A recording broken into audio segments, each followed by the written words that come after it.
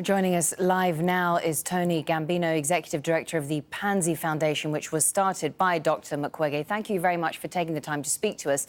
Well, presumably you know and have worked closely with Dr. Denis Mukwege through the years.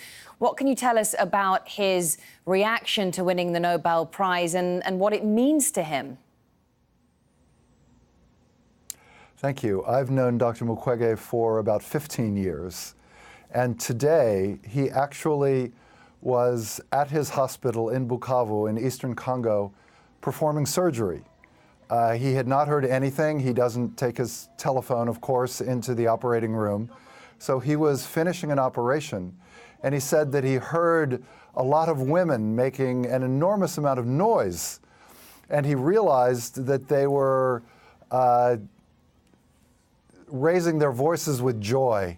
And he says that is how he learned that he was the Nobel Peace Prize winner for this year.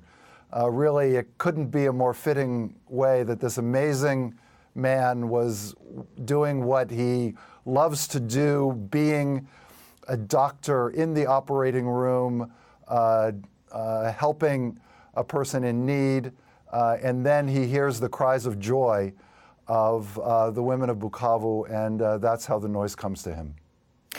How will the Nobel Prize aid Dr. Mukwege in his work, raise his profile, but perhaps more importantly, cast a much-needed spotlight on what it is that he's doing? Dr. Mukwege certainly hopes, as do we all, that this prize will raise global attention to this scourge of sexual violence, which still is ongoing and actually increasing in the Democratic Republic of the Congo and in other countries around the world. Dr. Mukwege wants to do everything he can to bring an end to this scourge, to bring perpetrators to justice, to bring justice to the girls and women who have survived this horrible sexual violence. And he certainly hopes, as do we all, that this prize will bring the world to focus more attention, more energy, more commitment to responding to this terrible tragedy ongoing in our world right now.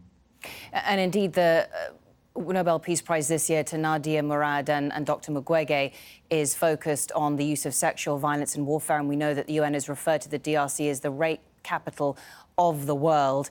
How, in recent years, we perhaps don't see much attention on what is happening in the DRC, particularly in the eastern part of the country. How prolific is violence against women there?